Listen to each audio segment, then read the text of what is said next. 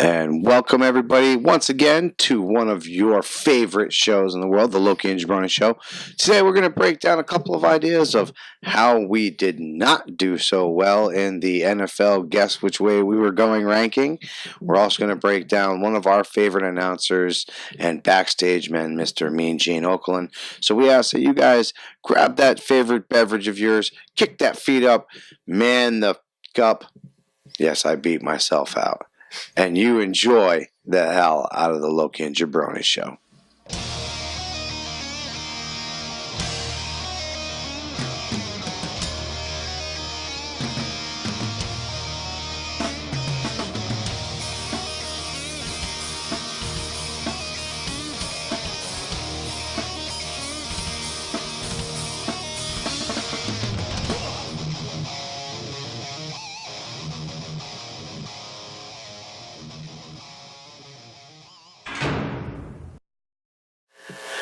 Well, let me tell you something, Loki. I've been looking forward to this Mean Gene NFL gimmick Schnabitz all week, brother. I might whip my shirt off, but then you'd see all the melted vanilla ice cream underneath, brother.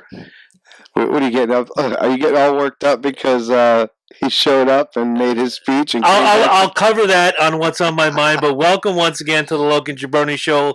Not on YouTube. This is audio only. Gimmick Jones. If you get a YouTube video, thank producer Eddie Focus for his magical works and wisdoms. As always, I'm the redneck Adonis named Jabroni. This man to my right is Loki. The man across from us in the box. He is the hit maker, the record breaker. He's got smiling grace, and we love his face. He'll make your back crack, your liver quiver. If you don't dig this mess, you're at the wrong address. And when Loki and I are in the back laughing and joking, he is out front, woo, cooking and smoking. He is the producer emeritus. Eddie Focus. I told you I was going to do something new for you every week. But tell the folks the truth. I am no Box Jones. You are no Box Jones. We don't have a box. We don't have a camera on you. They might catch you every now and again. We are Spartan as Spartan gets this week. Unlike when we did the Unplugged, little technical difficulty. We won't get into it, but just say it. I forgot my laptop. Yeah, he forgot the laptop. So audio only, folks. You don't lose anything. YouTubers, and I had one of my favorite YouTubers text me earlier saying, "What time are you going live?" Oh, we're not going live. It sucks, but that's okay. This is the part where I say, and you know what? You should go first because you haven't been here. You were absent last week, taking care of some business. Great to have you back, by the way. What is on your mind this week? Well, I do got to say that, I don't know if anybody got to actually see the video that we posted. I had Eddie Fuckus come in with his what was it? His magical dice. I don't want to talk about it. Oh yeah, you know what? I got something to say when that's done. We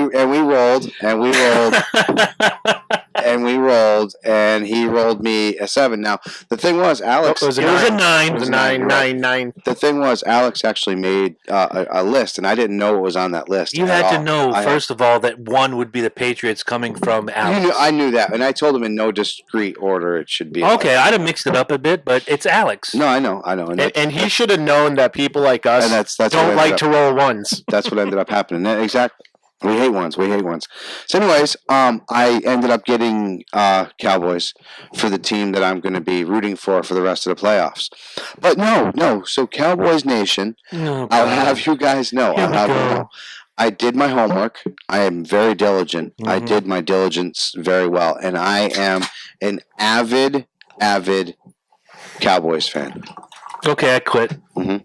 I did it. This show is canceled. Oh my God! I'm good though. I have all the answers to all the questions. Ladies and gentlemen, tonight due to illness, the part of Loki will be played by every fucking Cowboy fan ever because I'm afraid of what I'm about to hear. Yeah, and this is, you guys got to understand, this is the first time in 27 years that we've gotten to the playoffs and won a game. Whoa! Did you say we? Yeah, I'm a fan. Oh my! You know how I feel about that we shit. My dick just shriveled up into my ass. Oh fuck! We didn't, boys. Go to Can-Am All-Star Sports and buy some Cowboys gear next time you're there. We didn't, boys. You need to go back Yeah. on vacation. I don't think it was Des- long enough. Des Say hello to some of these people that are watching on Des- your particular caught it. Facebook Live. Des caught it. Des did not catch it. See, and this is why I was afraid of this. He said, I'm going to go all in. Fuck. Go all in like Cody Rhodes. Don't go all in like Cowboy fan. We know, boys. What? Oh, shit. Is this in your division? Like, It's in our conference. NFC. And, oh, God. Do you remember him and I had an argument earlier this year and late last year? Well, if the Falcons bow out, you root for the Saints. Fuck no, I ain't rooting for the Saints. It's the same thing about the Cowboys, man. You just don't. Friends don't let friends root Hey, for the Cowboys. I was being nice because, like I said, if it would have been the other way, I would have been rooting for the Bears, and the Bears, they lost. But everybody says, even Alex is like, "Well, Dad, you never root for the Patriots." So I said, you know what? That's a good point. I said, you're right. So if if I happen to get the Patriots, then I'll root for them. Like, I'll put my heart and soul into them. I will root for them. you know what's funny? Yes. Because I didn't use my brand new dice. You see? What did you use? Because I can't use the metal ones on a bare wood table. Why not? It'll put pucks in it. You know, Fuck that table. This is important. This is NFL playoffs. and I'm glad I didn't use them because I fucking launched that die into the fucking woods. It's actually not from my normal set. It's from my old set that I recently That's found when I grabbed stuff out of my mom's old house. Now that is classic. But if I had known what I was doing, I would have been like, no, bro, you just root for the Patriots because it's your kid. See, I would have pulled the parent card. and that goes back to something you and I talked about last week when, would you ever give up on the Falcons? Would you ever give up on this? And Patriot fan... What's the breaking point? Right. Yeah. Patriot fan asunder comes out and says, oh, well, you lost by this much and, you should just switch to Patriots. Two ways I'll ever root for the Patriots. One, if someone on my team ever murders somebody, a person... Let's not go to the Michael Vick gimmick because I burned all the Michael Vick shit right after it happened. There is proof. Excuse me. Witnesses? Is this an Aaron Hernandez crack? No, but I didn't even think of that. Good job. See, this is why he's the best producer in the business. And two, they would just have to go. They'd have to go complete Cleveland Browns for like 5 years. Just absolute suckitude, which they haven't. The Falcons are an every other year team. The Browns are kind of like... Oh, they're coming up. They're coming up hard. Baker Mayfield's made them. I'm actually glad you're here because we can ask you because you used to be a Giants fan. Oh, yeah. Yep. What was the breaking point for them? That's a great question. Actually, there wasn't a break in... It was because... The Giants just won the Super Bowl. It was 87. Okay. 86. Yeah. 86 was paid against Bears. Yeah. 86 it was Bears. So The year 87. after It was 87. Giants Denver. Yes. Good call. But they beat... No. Was it Denver? Or Giants Bills. Yes. And it was wide right because... that was a couple years later. That was 91. Oh, that's when it was then. Yeah. It was 91. It was 91 then. It was the one where they ended up going all the way to the right, and we ended up winning because of the missed field goal. You didn't win on your own merit. And I was screaming and yelling. Stop. You did win on your own merit. No, I I'm got that. But what I'm happened editing myself. is growing up in the projects, there was a lot of Giants fans, and I'll never forget Craig Chapman. It was like a virus. Right, exactly. I remember Craig Chapman coming up and being like, well, real Giants fans, this, that, and the other thing. I was like, you know what, Craig? Fuck you and fuck your Giants. You can have your fucking Giants. I'm not even a Giants fan anymore. How about that? I'm going to pick a new fucking team next year. And then new team came up, and they just traded Chris Carter. Yep. And I really liked Chris Carter, but he got into some fucking major drug issues and shit like that. But the deciding factor of him going over to Minnesota was he had to cut that. He was going to have a probationary officer keep an eye on him, and he had to check in every day. So it was like really his awakening. And then we got Randy Moss like the year after that. So it was like a really exciting team to watch. So they were fun. Yeah, I don't think it was a breaking point so much as it was, somebody like blah blah blah, and just I was like, you know what, fuck you. One jackass ruins it for your everybody. team, and but I don't miss the Giants. That's the funny One question part, is that on the Loki and Jabroni show page? Yes, it is. Okay. Yes, Hello, I just wanted to give them a little something to say hi to us and let them know that we're all here, and just for you guys once again, if you didn't here at the beginning of it. We don't have the laptop available right now. We are not going actual live. We're doing audio, but we are signed in right there. That lovely camera, which Ed is going to be formatting. There will be a and putting video on together. YouTube. Yeah, Right. so There all is of you gonna be a video put YouTubers With the together. magic of editing. right. But So- other than that, I just want to, it's. I don't think there's ever been a team that really sent me to a break. I mean, no. The Whalers. Oh, there's a reason for that. Yeah, but I mean, Well, they broke. And then they ran and then they ran, Yeah. and then they took the same team and won a fucking. That was the worst the part. Stanley Cup. And then the fact that they use our jerseys as throwbacks. You know what bothers me about all of that is there are still people that cling to the whole Whalers and they're going to come back and we're going to bring them back. No, If you didn't support an NHL franchise then when I don't money want was them back. when money was huge, now that money's tight and people can't afford to go to an NHL game unless you're Mhm. the highest of the high of the earners in the upper middle class section, no NHL team is going to come back to Hartford. And if they do, heaven forbid they use the Whalers name. That worked with one team and one team only, the Cleveland Browns, because those people are so passionate. If you were so passionate, they wouldn't have left. Yeah, no. I don't want them back. I would never want them back. I'm good with the. There is a the team whole- that broke me. And I don't talk about it because it's kind of a sore spot. Okay. The Bad News Bears.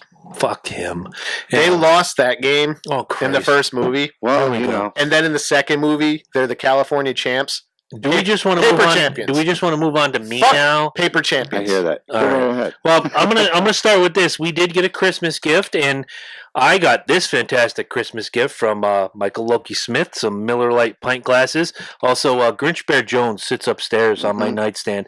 Grinch Bear Jones might be my favorite gift of all time, but this came from one listener, which you all know and love. She's upstairs, and I'm gonna let you pop that open. These are more gimmick glasses, as if we need more gimmick glasses, but these are awesome. And these will be in use for as long as the Loki and Jabroni show is in existence. This is It true. says, I It's the Brett love Kavanaugh glass. beer.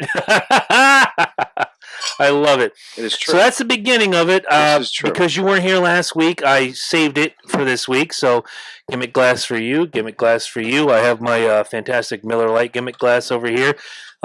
Yours has been printed and will ship in 3 to 5 days. So you know. And I'm gonna need a new gimmick. I will get you one. And when you see it, you will not be disappointed. I worked hard on this, Mike, so you know. I'm excited. Now, having said that, what's on my mind? National championship game last night. Clemson Tigers, number 2 team, just decimated the Alabama Crimson Tide. And look, I originally wanted to call a Saint fan and a Philly fan, and all these people have been talking a bunch of shit all year long. We're not doing that because we're not live on the YouTube this week. Interesting stat, real quick. Ooh, though. go In ahead. 5 years, Mm-hmm. you have 2 championships from both teams. Mm-hmm. They're both, what was it? I think it was 35-4. Yes. So exact, like, boom, within the same 5 They have And with the exact 15 same and with fucking the record. 15-0 record, that doesn't change No, no. because Clemson beat Alabama, so it levels out. right. What got to me was in the weeks leading up that you have this 4-team playoff: Georgia, Notre Dame, Alabama, Clemson. Alabama fan, I'm going to cut it in half. 50% of Alabama fan nation, if you will. Roll Tide, y'all. Yeah, roll tide, roll tide, roll tide. Ain't nobody gonna beat us. Ain't nobody gonna beat us. And what do I always say? Don't polish the fucking trophy until it is in your hands. Fuck you. You don't know what you're talking about. Roll tide, roll tide, roll tide. That SpongeBob Hey. meme, though, huh? Oh, that was awesome. Did you see what I put up last night during the game? They should put their best running back in. Forrest fucking Gump. That was awesome. Alabama fan. Did I not tell you? Don't polish the trophy until it's yours. Halftime, I'm watching this game, and I text my favorite Alabama fan, Corey Huffnagel from the C&J Speedway Review. Yeah. Tomorrow night, live and in charge. Don't forget. And I said, this is a good game. You guys are a little behind. Let's say you guys are generally a second-half team. Let's see how it plays out. Toward the end of the third quarter, I text him again. I said, I didn't see this coming. I did not see this ass whooping coming. And he says, neither did I. I said, do you believe me now? Do you believe me now? Yep. And if any of you think that I'm speaking out of turn, no, because I'm going to point back, and he and I have had this conversation live on air, privately, watching baseball, whatever. Game 3, ALCS, 2004. I was polishing the fuck out of that trophy. But I also knew Yankees blew their wad. But what was I doing? Had the rag in my hand, man. I was polishing that trophy. I was ready to give Red Sox fans what they had coming to them. And what happened next? Greatest comeback in baseball history. I learned my lesson. So now for 14 years, and Eddie will be a great example of this, because you're not a hockey fan. You can't understand my hockey pain or love in 2011 when the Bruins won the Cup. But 2 years ago, we're sitting in Mark Azarju's man cave watching the Super Bowl. You're ready to pop champagne. Don't pop that champagne. It's not over yet. Please don't pop that champagne. Don't jinx this motherfucker. And what happened? The Patriots staged the greatest comeback in football history, and it's all over. Yeah, So I'll never do that again. So Alabama fan, for the 50% that were basically telling me to fuck off, no. Thank you. Fuck you. Bye. Eddie, what's on your mind? Not much. Not a lot going on. And that's why he's the best producer in the He is. Just so much to talk about. It's so fantastic. I just started a new job, so I'm kind of Yay! focused on that. You said focused. Later. You ready? You ready? Just get your... Oh, no, that's still got... Oh, shit. How'd I do that? What'd you do? Never mind. I was going to throw a beer can in the thing and get his Morgan Freeman voice, but can't do that, can I? Yes, I can. Here we go. Let's see. You guys missed out on this shit. I love beer. You do love beer. You have nothing on your mind. No, honestly, like, just been freaking, did a video for Basement Quest showing my, Did you watch Bohemian Rhapsody yet? Yeah, seriously. No, I have not. I haven't seen any movies. I haven't seen Aquaman. I haven't seen Creed 2. I haven't seen I Bohemian just Rhapsody. saw Creed 2 Monday. I haven't been able to go see movies. But I have weekends off now, so I'll be able to see more movies. All right. Well, that's a beautiful thing. That is. Did you see Creed 2? Not yet. No. See Creed 2. If I finally saw Infinity War. Yay! How'd you like it? It's great. Okay. I loved it. That was the funny thing is my dad didn't understand in the beginning either. And he just picked up Infinity War. I was like, watch Infinity War. You'll see. And then you get it. I just have one thing to say about it. Thanos did nothing wrong. I didn't think he did either. So, how much time do we have on the clock before we go into NFL Pick Jones and 11:28?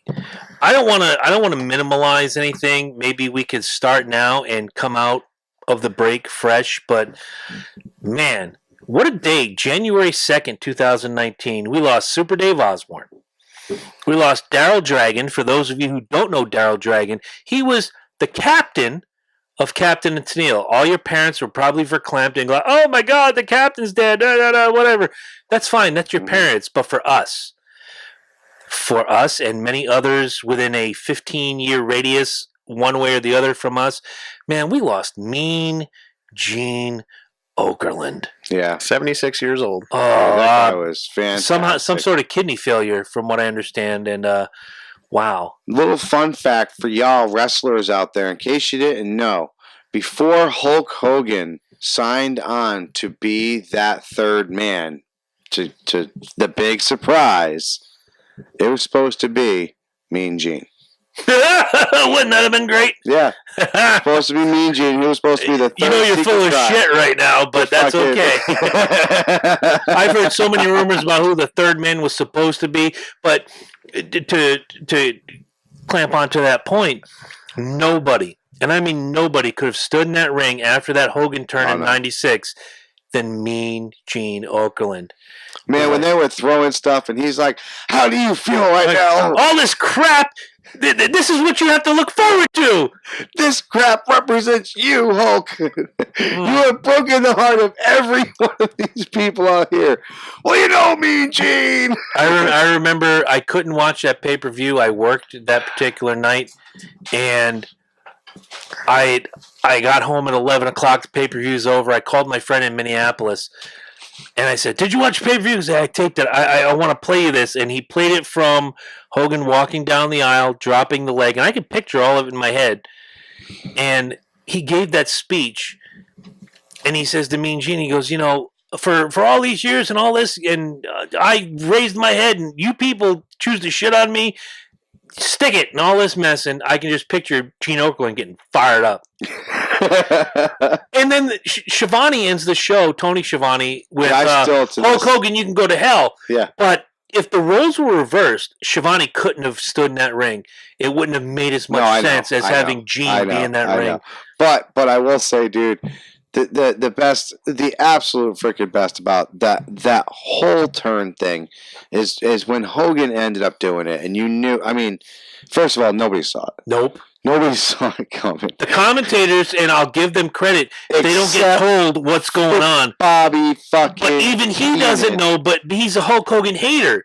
And he has to say, well, whose side is he on? And that's where everything goes fucking sideways. What do you mean, whose side is he on? He's Hulk Hogan. Dude, that was the best. What do you mean, whose side is he on? You're so full of crap. Right? Like, just going off, and it was like, oh my God, that was just the perfect. But no, you're absolutely right. Yeah, Kevin Schnett chiming in. My personal opinion is this: he's the greatest interviewer ever. I'm gonna. Oh wow. Yes, he brought life to even the Raw. Man, he was hysterical in the beginning. Raw, yeah, man, they used him so well.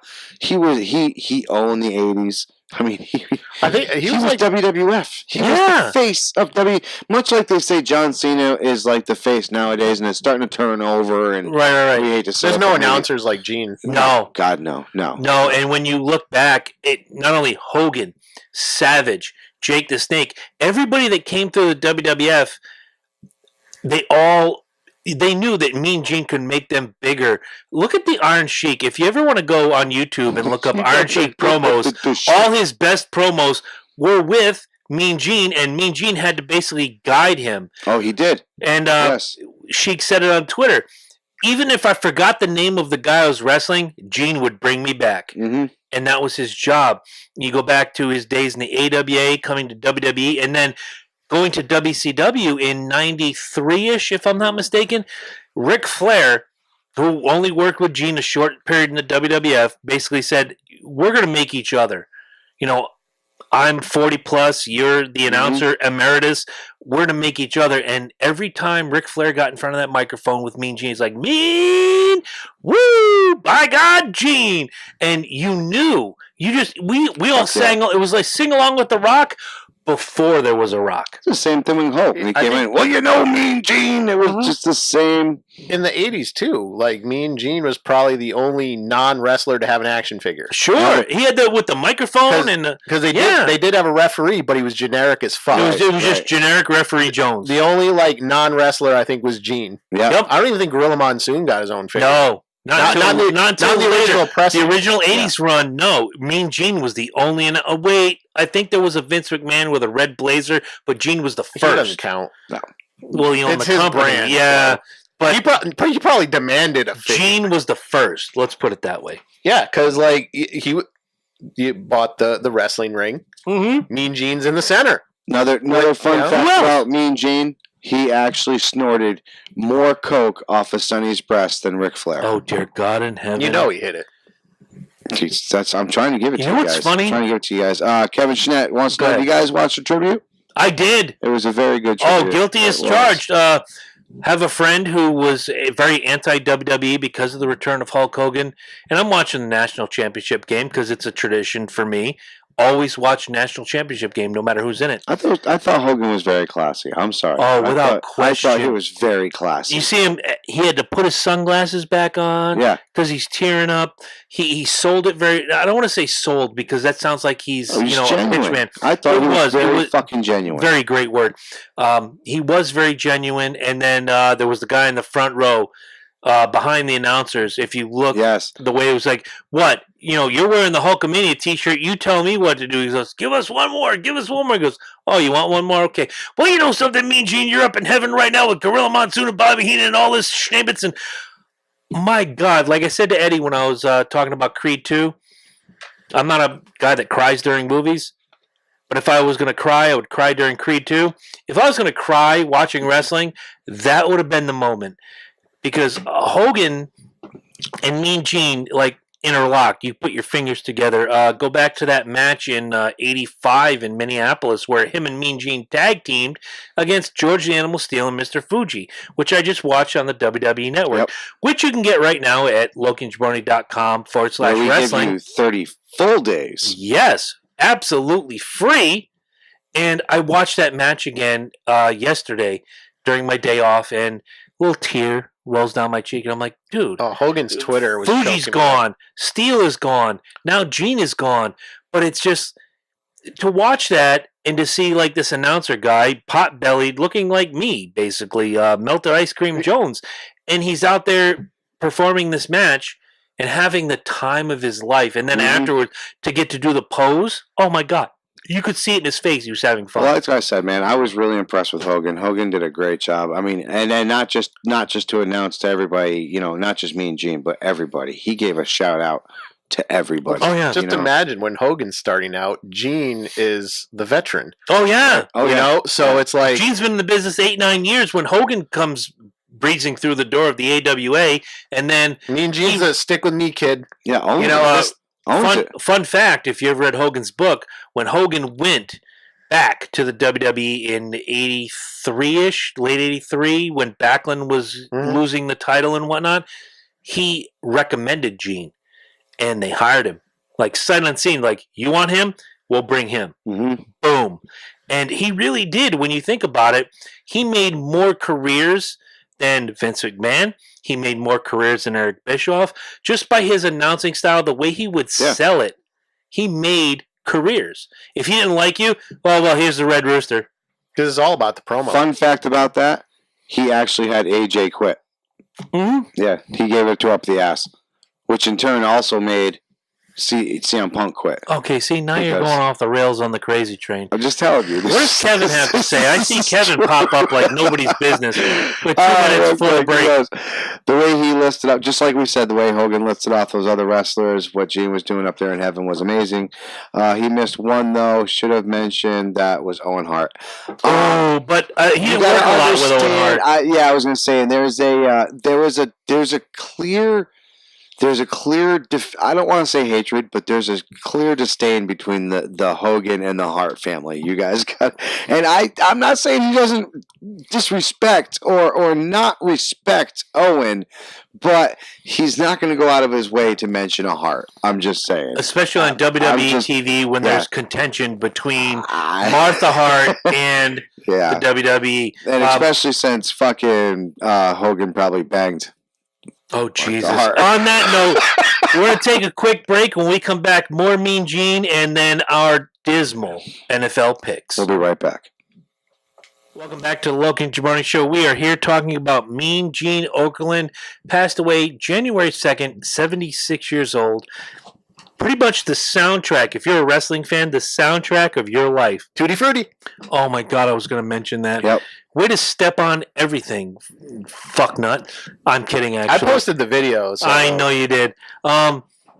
If there's one thing that Gene did, and I know you already spoke about Bash at the Beach 96 with Hogan, is there one Mean Gene moment that you remember above all else? If somebody held a gun to your head and said, best Mean Gene moment, what is it, starting with Ed? Ooh. Honestly, some of my favorite interviews are the ones with Harley Race. Where Harley Race was always like freaking making him either bow or genuflect to me. You know, after every interview, he'd be like, bow, curtsy, sure. And then Mean Gene would slip in under his breath like, I don't see you make Junkyard Dog do that. I'd be like, yeah. Nice. But there are no favorites. There's never. Never.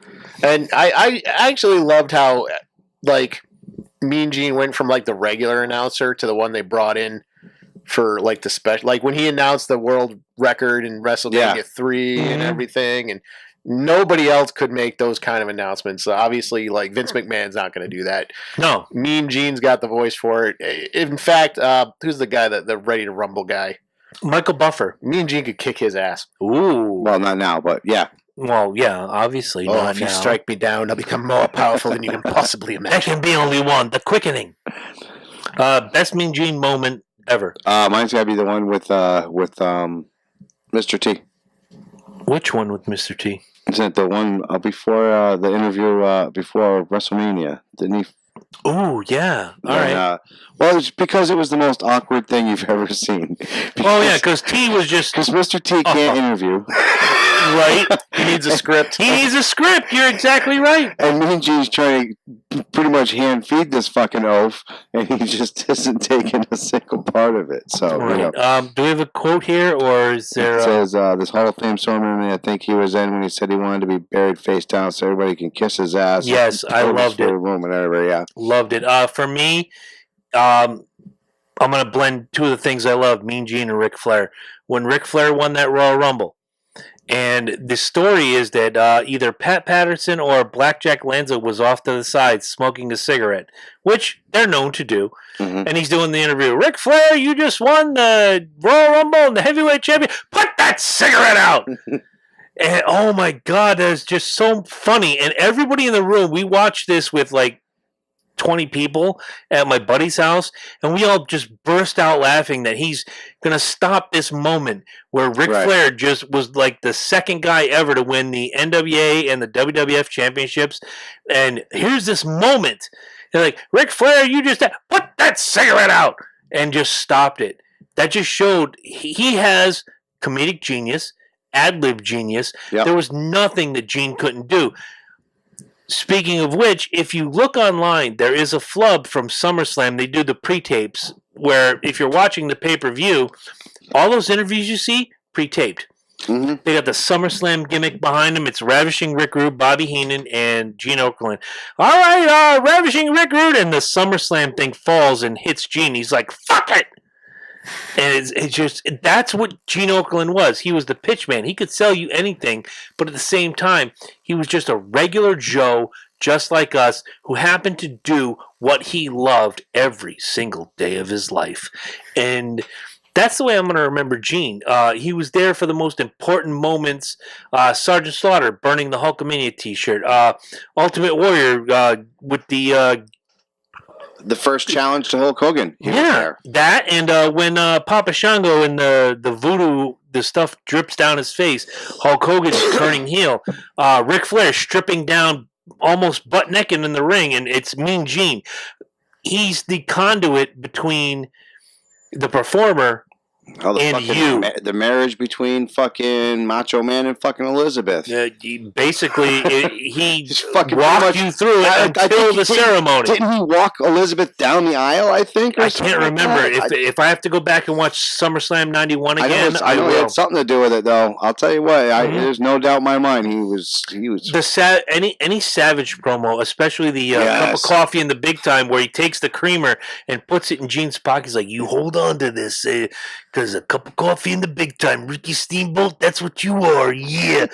Just the whole thing. He was. If you're a wrestling fan, Gene Okerlund was the soundtrack. Yeah, he was. To everything you love. And I gotta admit, like, I know it was a cheesy cartoon, but the Hulk Hogan's Rockin' Wrestling show. The only person to do his own voice. Yeah, he was hilarious in those live segments they did. Mm-hmm. Where they over exaggerate everything. Oh, where they put Andre in like a forklift. They're like, oh, here's a car that'll fit.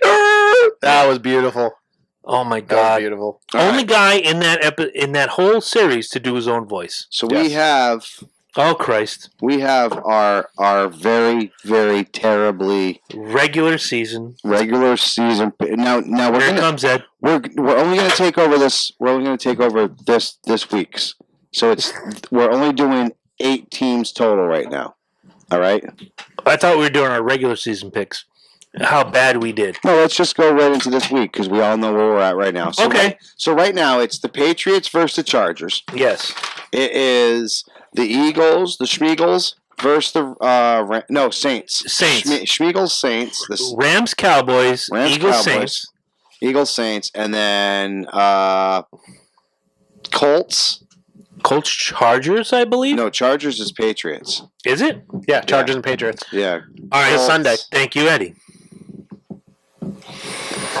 Colts and Titans? No, Titans aren't in it. I don't remember the Titans. I don't Oh, either. Jesus. Fantastic drop-in, by the way. Why can't I remember it's the one that's better than Patriots. Oh, the Queefs. The Chiefs. The Queefs, Yeah, yeah. right. Same. So the Queefs in Indianapolis, Patriots All right, KC and and Chargers. Hold on. Slow down. KC and Indy. Yep. New Patriots, England yes. New England and Chargers. and Chargers. Yep. On the other side, you have New Orleans and Philly. Right.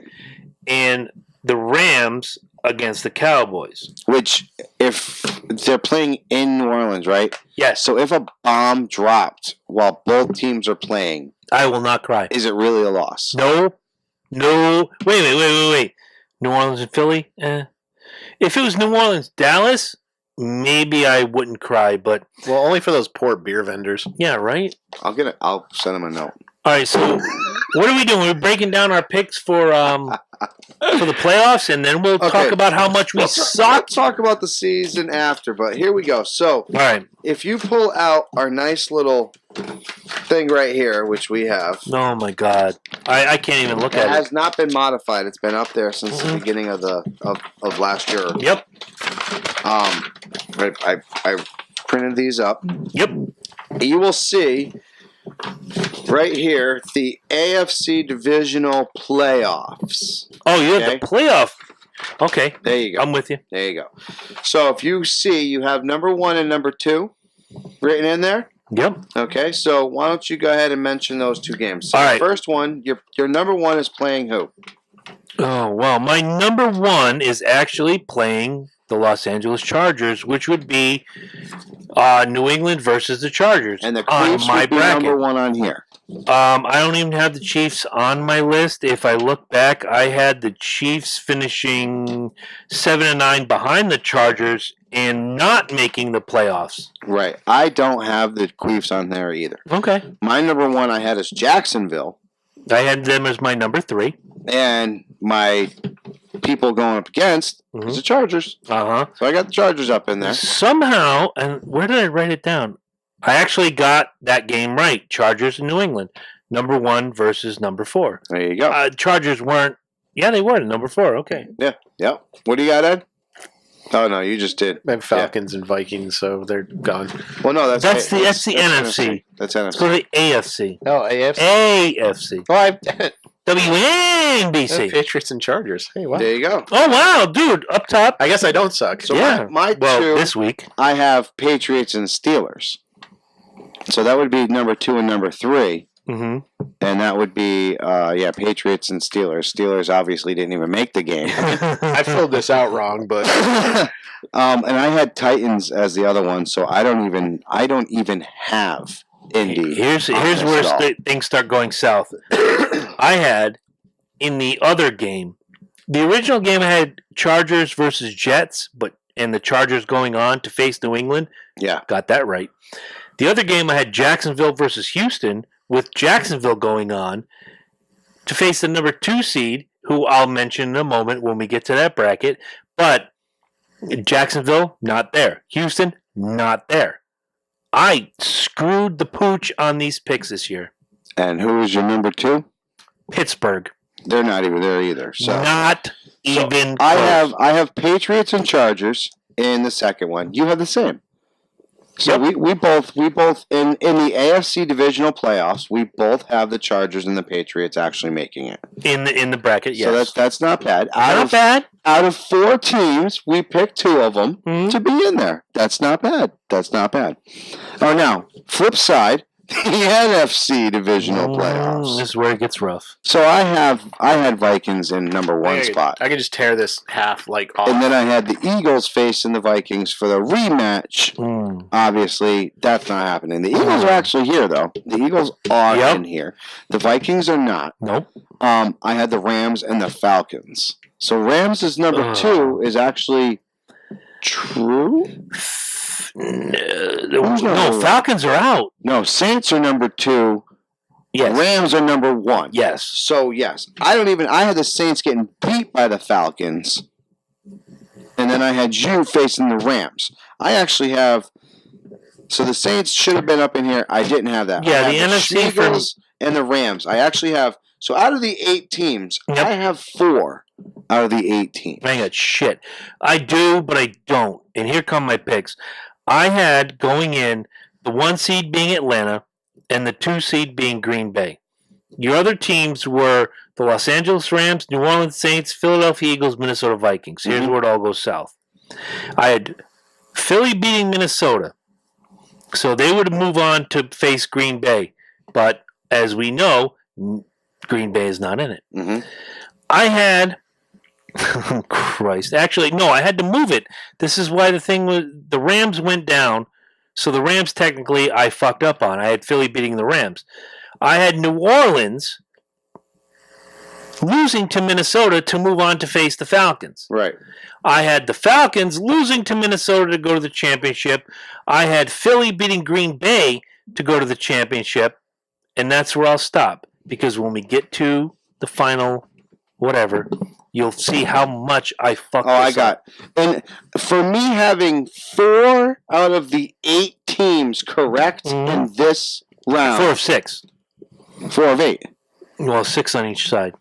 1, 2, 3, 4, 5, 6, 7, 8. So out of that, I have the Chargers. Work with me here. 1, 2, 3, 4, 5, 6. The 2 teams get a bye. No, we just care about these. I got you. All right. I'm just counting Nope, these right now. I see where you're working. Out of the AFC divisional playoffs and the NFC divisional playoffs, there are 8 teams. And out of those 8 teams, I have correctly guessed 4 of them to be in there. So far, so Now, good. This is where I completely fuck the goat, if you will. Oh, I'm right there with you. So fuck Tom Brady. I have the Eagles getting beat by the Vikings, and then unfortunately I had the Falcons getting beat by the Rams, and then I had the the Vikings and the Rams facing off with the Vikings winning, Right. actually going on to the Super Bowl. Flip side, I had the Chargers losing to Jacksonville. I had the Steelers beating the Patriots, henceforth having the Steelers go forward to face the Vikings. Now, on the AFC side, I already told you my bracket going forward. I had New England beating the Chargers, which is this weekend. Yep. I had Pittsburgh beating Jacksonville, which neither team are in the It's fucking not happening, gimmick. right? But in the final game, in the conference championship, AFC Jones, I had Pittsburgh beating New England to go to the Super Bowl, go to the other side. I have Minnesota and Atlanta, with Minnesota forwarding to the conference championship. I had Philly beating Green Bay, which Philly is my last-ditch effort right here. Philly moving forward to go to the conference championship. Philly and Minnesota. This is where it goes south. I had Minnesota beating Philadelphia to go to the Super Bowl. On the other side, I had Pittsburgh beating New England to go to the Super Bowl. So basically, my Pittsburgh and Minnesota Super Bowl is out the damn window. I screwed up. No big deal. On to you. I mean, the only thing, if I would replace the Vikings with the Bears, and unfortunately the Falcons Sucked. with Sucked. the one that just Go ahead and say got their asses beat last week, because it was the who got beat by the fucking Cowboys. Seahawks. Seahawks. Yeah. So yeah, if I would have replaced the Falcons with the Seahawks, I actually would have had You may have had a better bracket. I would have had a pretty good, decent bracket over here. However, it doesn't take away from the fact that it still sucks. Wow. Who'd you have in the Super Bowl? Well, I had Steelers and Minnesota. So yours is fucked as well. Yeah, Who that's did what you have? That's what I'm saying. After New the England and AFC, Minnesota. Okay. Yeah, the AFC NFC championship is fucked. This week, I'm not doing too bad. No, you're not. didn't do too I bad. actually thought Minnesota would repeat I didn't do too last bad. year, except they go further. There's no and reason actually why they getting- shouldn't have. Yeah. There's no reason except for, well, I mean, losing. I mean, they did lose their fucking offensive coordinator to this thing called death. You know, so I mean that happens sometimes. Anyways, so let's break down. Oh, now I gotta get my picks. Let's All break down the guesses real quick. Here we go. right. AFC North. I had Steelers obviously winning. I had the Browns doing absolutely nothing. I had pretty much the Ravens second and the Bengals third up in that piece. That pretty much almost happened, as we all know. The Ravens ended up beating the Steelers in the end, or not beating them, but they beat the Browns, Right. which moved them ahead of the Steelers. I had the Steelers at 11-5, winning Yep, the I had division. that. That did not happen. I had the Baltimore Ravens at 7-9, coming in second. They obviously won the I had them division. at 9-7. I had a virtual tie for third and fourth with the Browns and the Bengals, but the Browns proved me almost right. They finished 4-11-1, They finished and they better. finished ahead of the Bengals. Yes. So I don't feel so bad because I may have predicted the upswing of the Cleveland That Browns. big suck train on the NFC, the Bengals story is just horrible. Horrible fucking shit. They're back to being the bungalow. NFC North, y'all know I had Minnesota. God. That was a shit show. We ended up 8-7-1. Mhm. Green Bay, I actually had them at 10-6, and they were even a bigger shit show. Mhm. Mike McCarthy losing his job at head coach, and them not knowing what the fuck they're going to do with Aaron Rodgers moving forward. Yep. The Lions, I gave them a lot more credit than they fucking deserved. They were a bigger shit show than everybody else on that fucking division. I don't feel so bad. And the one team that I said was going to be in fourth place ended up owning the NFC North, the monsters of the Midway, the Chicago Bears. I feel bad because I'll go from fourth to first. I had the Bears at 7-9, coming in fourth. Same. I had the Lions coming in 10-6 in third. 9-7. So, yep. Yeah, I was close. But not close on the Bears, but close on the Lions. that's what I said was 9-7. I had They were the terrible. Vikings 11-5 with the wild card in second. I had equal record 11-5 Green Bay coming in first. Obviously, I screwed that pooch with malice and forethought. It was terrible. All right. The one division that's pretty much easy to identify, and that was the AFC East. We might have got this right. I think we pretty much banged it. With the Dolphins ended up 8-8. I had that in second. I had them at 7-9 in third. That's pretty much what they were. The Jets had a shit show of a season. The Bills had a shit show of a season, and the Patriots, I think they were 11-5, weren't they? They did their job. I had them at 12-4. I think maybe they were finished at 12-4. 11-5. I think it was 11-5. Yeah, I think it was 11-5. Yep. But to go through it from worst to first, I had the Bills fourth, 4-12. I had the Dolphins third, 7-9. I had the Jets second with a wild card at 9-7, and I had the Patriots first with 12-4. Could have been more wrong on all the other picks except Jets for the lost. Patriots. Yeah, Jets lost a lot of personnel. but they were hot going into the last game of the season. And this one, really surprised. I thought the this Eagles. division can kiss my dick. NFC East. I had Eagles, the Schmeagles, Cowboys, Giants, and Redskins. I think the Giants and Redskins pretty much finished the way that we thought they were going to. Kind of. The Dallas Cowboys were. I mean, I had them at 10-6. I think they ended up being 10-6. I think they were 9-7 to get in. Oh, you're right. Yeah. You're right, because the Schmeagles had to be 8-8 to get them in to be over Minnesota. So that was pretty much there. And like I said to anybody else, all you guys out there that are Schmeagles fans, you guys are on a tugboat right now. Yep. And you can say whatever the fuck you want.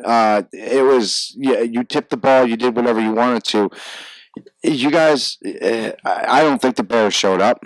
You want my honest football opinion? I may disagree with you. I think Mitch Trubinsky showed up. I think the defense could have played you guys a little bit better, and there were a couple questionable calls that I will definitely call down there. However, you guys are moving on forward, and you're going into New Orleans. As I said before, if a bomb was to fall on both teams at the time, I don't know. Would that be a loss? Fuck them both. All right, so I had the Eagles coming in 11-5 to win the division. I was wrong, but they did make it as a wild card team. I had the Giants coming in 8-8. Obviously, that didn't happen. I had the Cowboys coming in 7-9. Obviously, that didn't happen because they won the division at 9-7. And of course, the only pick I got right in the NFC East was the dirtbag scum bucket. Anybody who roots for this team can kiss my ass right at the hole, mid-crack. The Washington Redskins 6-10. I remember that. Speaking of holes and cracks, I remember in high school I had a friend, and he was over at his girlfriend's, house, and they were getting ready to have dinner, and he was a weird motherfucker, and he wanted to see his asshole. So he was in the bathroom looking at his asshole, and the fucking sink broke, and he busted his ass pretty good. I guess. I don't think he was ever invited back to dinner again. I'd have to find out. I But sure as hell wouldn't. I mean, if you want to look at your asshole, you probably should do that in your own time and not, not there. Probably at someone else's house. Fucking Probably just random be me. thought. I've been seeing a meme going around saying the best place to piss is in the kitchen sink. Because, like, you save water while you're washing your hands and shit. I'm like, did I catch a motherfucker pissing in my sink? I'll punch a bitch. I'm sorry. I'll punch a bitch. All right, AFC South. I think this division, holy crap. I had the Colts at fucking dead last with 7-9. 7-9 dead last with the Colts, and they ended up taking that. Jacksonville, I thought was going to be 12-4. I thought they were going to own it, and they were a shit show this year. And I guess that's what happens when you rely on Blake Bortles, and he just doesn't show at all. The Texans, I think we pretty much thought that, at 2, that's where they're going to be. And 3, we had the Texans. 2 was Texans. I'm sorry, 3 was Titans. I had set up there. They actually ended up doing well. Obviously, I totally miscalled the fucking Jacksonville Jaguars. That was a fucking... And obviously, Indianapolis Colts. I put them in last, and they ended up being first. Well, if you want to go that route, I'll go the same route. I had Indianapolis finishing 5-11. Obviously, they made the playoffs. They played, etc. Yay! I had the Titans at 8-8, not thinking they'd do anything. I had the Texans at 9-7. Once again, they were the second wild card for me in the AFC. Yep. And I had Jacksonville finishing 10-6, which obviously goes to show that what you do last season, much like we could go back to the NFC with the Vikings, with the Falcons, who we haven't talked about yet, with the Giants, with the Eagles. What you did last year doesn't always translate, but sometimes it does. I'll say this. I In thought our Jacksonville defense- was going to be in the in our AFC defense, Championship. We do this before preseason. Exactly. And a lot of people do their picks after preseason. Fuck so those people. let me say, first of all, we're doing our picks with a major handicap. We're doing a lot of our information More than you know. before these guys even step foot on the field, dude. Before practice number 1, Right, we we're, do this. we're doing this pretty much. Yeah, exactly. We're doing this pretty much even before I think I gotta think when we did it last time. I think we might have 1 week before preseason. okay. So no, we did know about the actual rookie. We knew who was coming out Yeah, we and knew stuff like that. on the Okay. Falcons side, Yeah. and I can only speak for the Falcons. Calvin Ridley's coming in Yeah. from Alabama. Right. We knew on certain teams there were these big rookies coming in, but that really didn't factor in. We talked a lot about the returning players rather than the rookies, Right. where when we talk about the Falcons, Calvin Ridley comes in huge, but that's not the story. You know what I So mean? NFC South, a division. that Christ. I was right about the Buccaneers. I was all over those fuckers. They were terrible, and they were in last. I was all over fucking. Well, actually, I wasn't because you guys ended up being third. We actually came in second. You did come in second, so Yep. I was right. So yeah, Panthers were third at 9-7. I think they were. I got those two actually picks right. 7-9. Yes. Yep. And you guys were 8-8. No, we were 7-9, but we got the tiebreaker. That's right. And then the horrible fucking Queers were 6-10, or they were horrible. Anyways, the Saints ended up taking that. I had them second, and I had you guys first. I had Panthers third, and I had the Buccaneers fourth. I'm going to go from worst to first. I had the Buccaneers, which was correct, at 5-11 in Yep. fourth. That was right wasn't there. their record, but it doesn't matter. They were still in fourth. I had the Carolina Panthers at 7-9 in third, Yep. thinking, Yeah. whatever. Got that. Yeah, I was kind of right on that. I was right on the record. I had the Saints coming in at 11-5 and taking the second wild card at second 11-5. I had the Falcons at 12-4, which was so totally fucking wrong. However, I did get the Saints right going into the playoffs. We just a minute ago, I want to talk about Calvin Ridley and the whole rookie crop. when everybody's double covering Julio Jones, and I'm sure with the Vikings they're double covering Stephon Diggs and Thielen, certain yeah. guys, Thielen. You have to throw to somebody else. Calvin Ridley was that guy. For him to lead the team in receiving touchdowns was huge as a rookie because no other rookie has ever led the Falcons in receiving touchdowns. Right. This is a great offense going forward. Now, all of our injuries on Atlanta have been defensive. They all come back healthy next year. I think you're going to see not a 7-9 team. You may see a 10-6 team. I'm not saying this is a Super Bowl team next year. I'm saying that this is a team that go forward. There's not a whole lot of differences that you guys have other than exactly. That, but when I say that, the Saints are built to last, and I hate to say this, I don't know they are. The question, the biggest. How long do we got? And that was the question. The biggest question is how long does Drew Brees stay with New Orleans and captain that offense? Let's chew on that for a couple minutes. We're going to take a break. We'll be right back to finish off that question and the last two divisions. You bet. And we're back. And just to carry on and not go too far into it, I have to say that your division is going to be a very tough division for at least the next 2 years. Oh, of course, easily. Does Breeze? We talked about it off camera real quick. We're going to come back to it. Does Breeze have a couple more years left in the NFL? I said 2 easily. Year, you say 2. I think he has one more year in his contract there at the Saints. But you look at Cam Newton, Jameis Winston, Matt Ryan. Here's what people forget. Matt Ryan's a 10-year vet.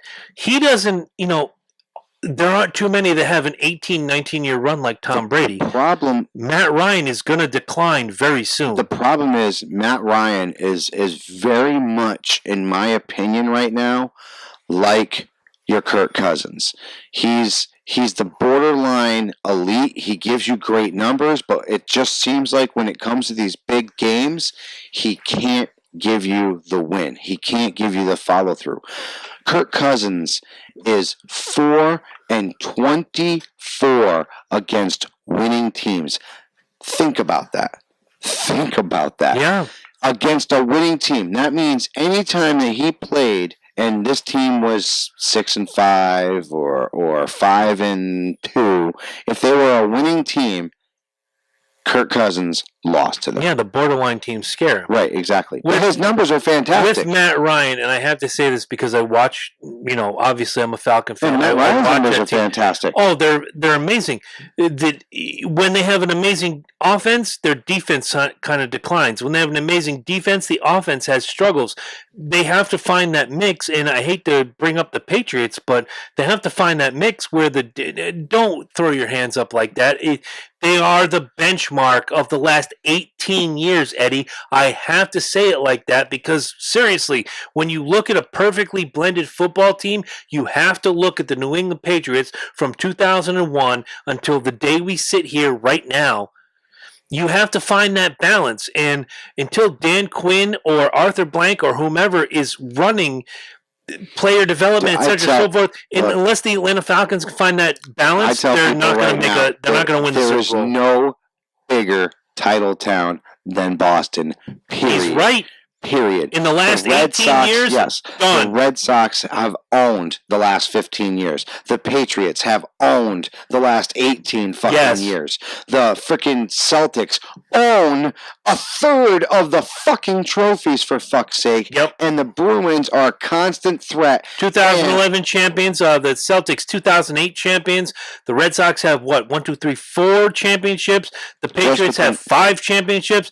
Boston, in this century, is title town. Oh, they're title town. Fuck Detroit. Without a fucking doubt. All of it. Must be in the chowder.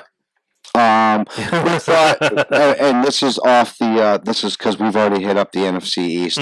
Quick thought here: if Brady goes, does Bill stay? I don't think Bill stays on the Patriots, anyways. No. I think Bill is moving on, and this is just from my point of view. I think there's too much going on in there. I think there's going to be a money issue, and I think Bill's going to walk. It's funny. I don't know if he's going to walk from the game, but I don't think he's going to be on the Patriots sideline. It's funny that someone last week brought up on the live comments what I thought about Urban Meyer, leaving Ohio State, and will Urban Meyer go on to the NFL? Guys, no, Urban Meyer's He's sick. Yes, he has. Like if his heart goes, if he has any stress, any duress, and this is football as a fan, it puts us through it. And this is not an Ohio State fan next to me. I'm an Ohio State fan, and when he made that speech at the end of the Rose Bowl. Man, again, I don't often cry watching television, but if I could have, I would have cried when he said, when you cross things off your bucket list and you realize how much time you have to cross it off, if Urban Meyer lives to see the next 3 years, he's a lucky man. Whoever comes in is going to be a student of Urban Meyer, but now going back to Belichick, which is the question at hand, does Bill stay if Tom goes? Well, here's the question. Does Tom stay if Bill goes? Tom's already gone. Tom's gone this year. Think so? I think Giselle or whatever the fuck her name is. She's been really vocal this year. She wants as her husband. Opposed to every other year. No, but she's been really. Tom can't throw it to himself. No. That's vocal about the team. She loves. If she's still talking about the team, then she believes in the team. I'll buy it. If she's talking about Tom. The way she's been talking about Tom, she wants her husband. She wants her family. And those kids want their dad. Right. She doesn't. She knows that he doesn't need to be out there. He knows he doesn't need to be out there. He's done enough for that team. Be like Jeter. He's done enough. Don't have kids. Don't get married until you retire. He's done. Oh. Derek fucking Jeter, baby. Real quick. All right, let's go to the West. No, real and quick. Ourselves. This is a true Derek Jeter fun fact. Derek Jeter has been known to be a playboy in New York, and this is a very, very, very well-known fact. Derek Jeter has been one of his side hoes. He gave his keys out to a few different women at a time, and one of these women supposedly walked in on one time, and he was watching one of his games in which he was playing, and he was completely nude, and he watched himself park one, and he goes, "Yeah, that's the Jeep, man." Funny story. If you guys have never read Joe Torre's book, The Yankee Years, go out and read it now. Go to LokiandJabroni.com, click our Amazon link, buy the book. It's a fantastic read. He is very complimentary to the Red Sox and a lot of other teams. Yeah, yes. But there's a story where Alex Rodriguez, when he first came to the Yankees, fuck Alex Rodriguez, by the way, hate that motherfucker. Yeah, everybody. I fuck think him. Alex hates Alex. You heard in our Jim Laird's interview, episode 39, go back in the archives and find it. I have no love for Alex Rodriguez. But A-Rod, Jeter invites him over. Let's have dinner. Let's do this, whatever. And Jeet puts on Yankee games, like old tapes, during the winter. And Alex is just like, so what do you want to do? He's like, well, I thought we'd watch some Yankee games. I don't do that. What do you mean you don't do that? I love watching the old games. I love learning things and this and that. And Alex Rodriguez, this is the one thing I can say positive about him, said, that's an ego trip. As much as I love Jeter, I've read Jeter's book, by the way, and everything I love about Jeter, but to have him watch his own games and Jeter loved Jeter. It's one thing to study. Yeah, Derek loved Derek, and Jeter loved Jeter. Let's be honest. Derek loved Derek like I love Derek, and that's scary. Yes. All right. So let's fucking scary. Let's continue on. Going forward, we are finishing up the football. AFC West. I think we all clusterfucked this one. Not me, baby. I was close. Yeah, it wasn't too bad. We did have the I had Chargers 1. I did. I had 10-6. I had the Queefs at 9-7. So there were 2. I had them at 7 and 9. And then I had Denver 3-8-8, and I had the Raiders 8-8 as well, and they were 4th. You were generous. I thought they were actually going to have a good, both of them. And I knew Case Keenum was going to be on Denver, and that's going off of the NFC thing. The Minneapolis Miracle. No, of course. I know he didn't show up against Eagles, because Eagles fans have a very good way of obviously putting that up and making sure we all see that. But the way that Case Keenum played, and I think he was 14 touchdowns and 15 interceptions, like the best in the league as far as interceptions. Yeah. Good job. So yeah, that was my AFC West. Okay, well, first of all, thank you to Robert Hayden for sharing this out. My cousin, Love that guy. Even though you're a juggalo, I won't hold that against you. I don't see a whole lot in the whole ICP thing, but we'll talk about that on another show because, hey, I got a music show coming out in 3 weeks, and you guys are going to love it. I have one ICP song that I will play on. There'll be stop. There'll be no ICP No, on see, any focused you're the guy. show. Fuck that. You're the guy that drops in the music. I'm playing the song for a reason, and it's actually a dedication to my friend's son. And the son played the song. It drove his father nuts. His father's gonna listen because I know him. He listens to anything we do. This one's for him. That's awesome. If it drives him nuts, fuck him. We're gonna drive you nuts, Mikey. So here we go. My AFC West, I had the Chargers coming in first at 10-6. Obviously, Chargers playoff bound and in the playoffs and moving forward. Mm-hmm. I had the Broncos in second at 8-8, not even making it, which obviously good job by me. I had the Chiefs coming in 7-9. I couldn't have been more wrong. Oh, they're the most powerful team in the AFC. Nathan Hunt, if you're out there, man, I'm sorry. I didn't believe like you believe. Nathan Hunt, Shaman's Harvest, check them out. Episodes 9 and 39 or 42, or just find Shaman's Harvest. Just look them up. You'll see. And the Raiders, it doesn't matter what record I had. I had them in fourth, and they sucked the big fat whatever. All right. Anyway, this is the division I had the most problems with. I didn't do too bad either, but I transposed two of them. Yeah, Rams. I had Rams and 49ers. 49ers, as we all know, never really got their shit together. Seattle slipped by them to get into the wild card. Rams are obviously the best in the NFC. Right. No, Saints. I'm sorry. Saints are 1.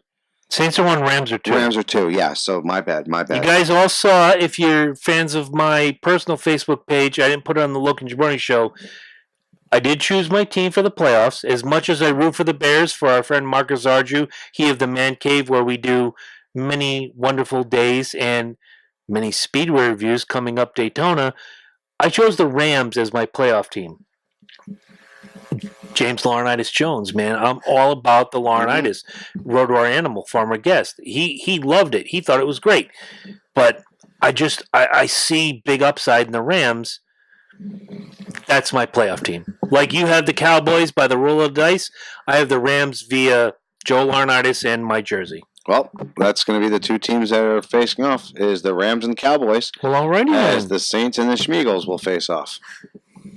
All right, so are you done with your West? And like I said before, if a bomb really fell on that, nobody would care. Does anybody lose? Nobody Does would anybody care. lose, honestly? Well, Cowboy fan, I hate to say this to you, and I'm saying this with all due respect and love in my heart and whatever. If you think you're going to get by the Rams this Sunday, We them boys. you're ridiculous. I think you're feverish. Des caught that. He is feverish. There's something wrong with him them right boys. now. I want to go back into the woods, grab that die so I can throw it again. We That's what you should. them boys. We them boys. You say that as if you almost, kind of, not really, but them boys. you want to mean it. You want to mean it. We them You do. boys. You're not them boys. We them boys. At least he's not calling them America's team. Can you? They're not even Texas's team. No, to I start can't even with. do that with a straight face. Yeah, right. All right. So in the NFC West, I had the Rams 10-6, which obviously they did better than that. Second, I had the San Francisco 49ers. Was I drunk when I made these picks? I think we were stone cold sober as the days long because that was my 30-day respite. Oh, it was. Yeah. See what happens when he doesn't? See, I should drink when I do the picks because I do better. I had the San Francisco 49ers second, 9-7. I had them two there. I mean, I had the Bitch Chickens, the Seattle Bitch Chickens at 7-9 in third, but they made the playoffs, so it the is what it wild is. card slip up. Yeah, you're right. Same. And the Arizona Cardinals, I had 4-12, which obviously came close to true, but they weren't anything. So as we get through that, We got to at least acknowledge that some of these teams have definitely served up a little crow. Yeah. Got credit where credit's due. you know who's eating a lot of crow It- right now? Me. You know what's funny, too? I thought the Patriots were going to suck wind. So even You did. Even I'm eating crow in that respect. But wait, didn't you have the Patriots in the Super Bowl? I did out of loyalty, though. Oh, you fucking cunt. What? I'm sorry. I shouldn't have put the Nathan Thompson Yeah, don't call label me on Nathan you. Thompson, you piece of Look, I'm the guy. Dallas Cowboy. Wow. Hello. I earned that. I had the Falcons at 12-4, not out of loyalty, but out of what I thought. That there's big quotation marks. Like we said, the week before before they even have one You're going snap. off of last season. You're going off of, hey, there wasn't a whole lot that moved. There were only a couple people that we changed. But then we lost 7 defensive guys in the preseason. That's throughout. It hurt. Right. That's. I'm not gonna like that. No, absolutely. You don't make excuses. Not gonna hang my hat on that. You're right. Hey, say that again. You don't make excuses for your team. You're damn right I don't. Just Alabama fan. Well, the Patriots had some key losses in their lineup, which made me think they were going to suck wind. So. Yeah, but you know what? Here's the difference between the Patriots and everybody else. The Patriots are. Do you remember the story when you were a kid about stone soup? Mm-hmm. Oh, you do. Oh yeah. Okay. Yes. Where I have this stone. I'm going to make soup, and then everybody in the village immediately comes and adds to it. Brings vegetables, bring potatoes. There are 2 superstars on the Patriots. No offense to Julian Edelman, but he's not a superstar. There's Gronk and there's Brady. And if you want to go to the coaching side, there's Belichick. So there's 3 stars on the Patriots. Mm-hmm. And a whole cast of Island of Misfit Toys. The New England Patriots are to football what ECW was to wrestling back in the day. The Island of Misfit Toys, who somehow made noise and made it exciting and made it worthy of you to watch, because I'll tell you this, there's nothing more exciting than to watch a Patriot game in the second half, because they find a way. And I will throw that Super Bowl in there. It was exciting as much as it hurt me and made my dick crawl up into my asshole. There was nothing more exciting than watching that comeback 2 years ago. Who do you got final with what we know right now with our 8 teams right now? Who do you have just in the Super Bowl? If I had to pick right now, or who I picked originally? No. Right now, knowing what we know now, we have 8 teams obviously going forward. Who do you got? I got New England and the Rams. I think I like that's a nice little rematch from 2001. 2001, the beginning of the dynasty. It would be the ending of the dynasty. It could very well be the ending of the dynasty. Yes, it could. Could be. I'll go with it. I like that. I like where you're going with that. I have a feeling you're going Chiefs heavy on me. To be honest with you, yeah, I do feel that, but I do. I think it's going to be the Chiefs, and I think it's going to be the Rams. Okay. I don't think anybody has anything for the Rams. I don't. I think everybody that beat the Rams, they beat them at the end of the season when there was a lot of things going on. They've had 2 weeks to fucking rest. They got a lot of fucking things. Dude, the Chiefs are just amazingly hot. Gurley is fucking insane, dude. He's the best fucking running back in the goddamn league. He's fucking period. You can't go off of that, man. The Rams. I see the New England Patriots beating the Chargers. I see that happening this week. I do. Especially New England being home. That's going to happen. Indianapolis going against the Chiefs at home. Indy's not beating the Chiefs. It's not happening. Not in Arrowhead Stadium. No, that means the Patriots have to travel to Arrowhead Stadium, and I think what's going to happen is that defense is going to rattle Brady really, and that's going to be Brady's final deciding. Like, I'm done with this. I can't take it no more. I'm not getting my ass kicked no more. I'm not doing this no more. I'm done. So I got to go Chiefs and Rams. I'm going to go the opposite way. Obviously, I already said Rams. And a little slap in the face. The Schmeagles do beat the Saints, but they go on to face the Rams, and the Rams beat the hell out of the Schmeagles. I think Brady goes into Arrowhead Stadium with something to prove. I think Absolutely. The Island of Misfit Toys comes in and has something to prove. If you're a Patriot fan, you're listening to this, you're watching this, share this with your friends. This is the time where producer Eddie Focus is not going Patriot heavy and saying, "Oh, Patriots this and Tom Brady's dick is gold" and all this bullshit. Oh, it is. I watched Ted 2. I know that's fake. But what I'm saying is, whenever you count Tom Brady out, he rises to the occasion. everybody's looking at the Chiefs right now. Everybody has for the last 6 weeks saying the Chiefs are the odds-on favorite. The Chiefs are the odds-on favorite. MSN, Sports Illustrated, everybody, the Chiefs are the odds-on favorite. That's when Tom Brady does his best work. I watched it 2 years ago. I've watched it for 18 years. I'm not even just going to look at my Super Bowl, and I say it's my Super Bowl, but the greatest Super Bowl ever played. But every time you count Tom Brady and the Patriots out, they find a way to kick your ass. I say that it's going to be Patriots, Rams. Now, if I'm forced to pick a winner in the Super Bowl, I think the Rams have too much. Yeah, I think the Rams might be sitting on top of this one as well. Absolutely. Greatest show on turf comes back without Kurt Warner. I'm going to go with Patriots. I know you are. Absolutely. That's fair. So that being our little NFL wrap up and showing you how. Hello, Corey Huffnagel. We got a little something for you real quick. How bad we were. I do want to roll. I do want to roll into. Did you roll Tide? I don't want to roll Tide at all. Not y'all. Not y'all. I want to give a huge shout out, and if you're not on this bandwagon, get on this bandwagon now. Our man, Cody Rhodes. Oh my God. Has done it. He is deciding to go against the behemoth known as WWE with his own wrestling organization. Now, if you guys have not checked it out, please go ahead and check them out because there are some really good young superstars on there. You know what the funniest thing is?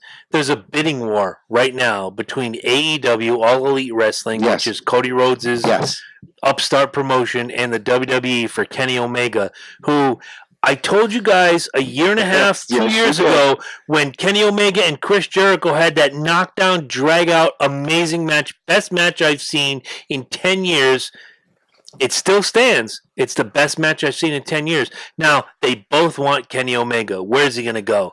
The word is out. If he's smart, he goes to AEW. Exactly. You go with Cody Rhodes and you bring that big name there because that's all AEW needs right now to kind of push them over. I got to give it to him, man. And you know what? I didn't grow up watching Dusty Rhodes. I did. I didn't. I watched a lot of WWF, so a lot of the Southern wrestling I didn't. You got to see Dusty Rhodes on the tail end. Exactly. The polka dots and the dancing and all that I got bullshit. to see him because my cousin used to watch that other league when it was still around. NWA. Yeah. But now that I'm older, WCW. And I've watched a lot of his older shit, let me say that is one proud motherfucking dad. Damn right. Looking down at his son right now because not only is he was Cody, proud when he was alive. No, I know, but not only is Cody doing what he believes, he's doing what he loves, man, and he's taking on the McMahon machine. Exactly. Yes. He's going against the grain. Do that shit, man, is fucking key in my book. So, Cody, man, congratulations. We hope here at the Loki and Jabroni Show that you fucking take off, man. We want nothing but big things from you, and we are your fucking biggest fans. Bro. Amen. I can't wait for the first AEW show. If it's on pay-per-view, I will buy it. I'll put all of us in a room. We'll make it happen. We'll review it. Man, some of the Double Down. Is that a Double or Nothing? Yeah, Double or Nothing. That's what it is. Double or Nothing. All In was a fantastic show. I watched that on YouTube. Sorry, Cody, if that violates some sort of copyright. I watched All In. It was amazing. I love Cody, man. I fucking love him. As long as they're not shoving tampons down other wrestlers' throats. Leave that to Jim Cornette. Jim Cornette is going to have. I think he'll have a win if he can avoid that. Right. Well, then again, he promoted All In, and there was Joey Ryan, the dick spot guy, who I absolutely can't stand. The dick spot guy. If you don't know who Joey Ryan is, go to YouTube after this show is over and look up Joey Ryan dick spot. And you'll understand why I just absolutely fucking hate him. I'm with Jim Cornette on this one. Joey Ryan should just fucking fall into a vat of acid and have the rest of him rendered for fucking glue because the dick spot is stupid. All right, so we got what are we looking about? 5 minutes. 5 minutes for this. This is what heading into. This is called the end of the show with 5 minutes. This, I was going to say heading into the final segment here. The bird box challenge. Oh, fuck me. Not everything's a challenge, idiots. Have you guys heard of this, though? I have. You know what they're doing, right? Uh-huh.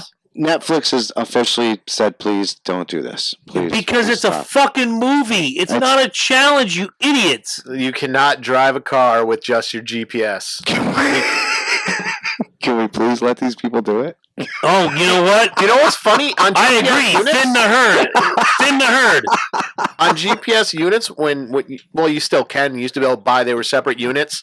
It used to say in the instruction manual, "Will not drive the car itself." Yes, Exactly. Because that's how stupid the public is. Well, because You know, back in the day when cruise control came out, and the selling point was the car will basically drive itself, and I throw back to there was a show in Cleveland. We talked about Yeah, we it. did. That lady. The lady took her. She put it on cruise control, went back to change her kid's diaper, and Crashed. wiped out half the fucking Ohio highway. It said, "Well, it was cruise control." The guy at the thing told me it would basically drive itself. No, motherfucker, it's not. Oh my god! I gotta say, Roll Tide. people. Roll Tide, y'all. People are just, man. God, it's a challenge for anything, man. Can we? Stop. I challenge y'all to fucking keep a job for more than 5 years. How about that? I challenge you to this. Pick I five. left at 3. Yeah, okay. All right, 3. I'll do fucking 3. I'm happy with. I 3. rolled into another one. I'm There just you go. yeah. See, exactly. So, I challenge you to this. Pick 5 friends who you think will like this show and share it with them. well, I like that one. That's a good challenge. Having said that, the Loki and Jabroni challenge. there you go, the Loki and Jabroni challenge. Eating Tide Pods is not a challenge. Driving blindfolded is not a challenge. The ALS Ice Bucket Challenge, I did, That was and fun. I am glad to do it because But that I doesn't donated hurt anyone. That was. You know how much money that brought? Yeah. That was a good millions. challenge. That was worthy. Like, And it's harmless. and then people just started throwing shit like that would stick. Hey, let's do the fucking shit sticks to the wall challenge. Let's do a fucking I can eat 45 fucking ho-hos challenge. You want to talk about a challenge? Not Christmas, but the visit before. My daughter was here. She said I could drink a bottle of A1. Oh. Yeah. And the Eternal Flame and the Goddess of Love upstairs says, well, I could eat a 8-ounce thing of, what do you call it, sour cream. Oh, I could do that before you could do that. Da, da, da. Foul. I tried to film it. My phone doesn't have enough because I have so much it's stuff foul. on my phone. It was so fun to watch.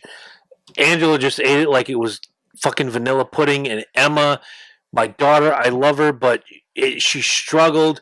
Don't challenge something you don't know where the end of it's going to go. You definitely don't want to do that. Fuck the Bird Box Challenge.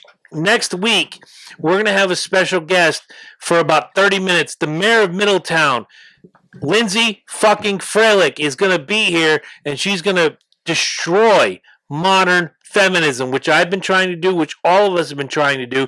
Modern feminism is a joke. We know it. You know it.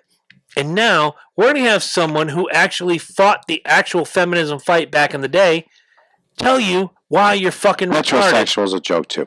Let's be honest. All right, let's all break it down. Close Guys, it out, kid. Thank you all very much for tuning in. As always, as you can see, we have a little surprise coming up for you guys for our 3-year anniversary. 4. 4. Oh my bad. Oh my god. Yeah, 4-year. Oh my god. 12 weeks? Fucking awesome. But we love you guys. Tune in, please, and don't forget about the Loki and Jabroni challenge. And visit our fucking website, please. LokiandJabroni.com, and you're listening to The Loki and Jabroni Show, the voice of reason. This is true. Good night. Corey, we love you.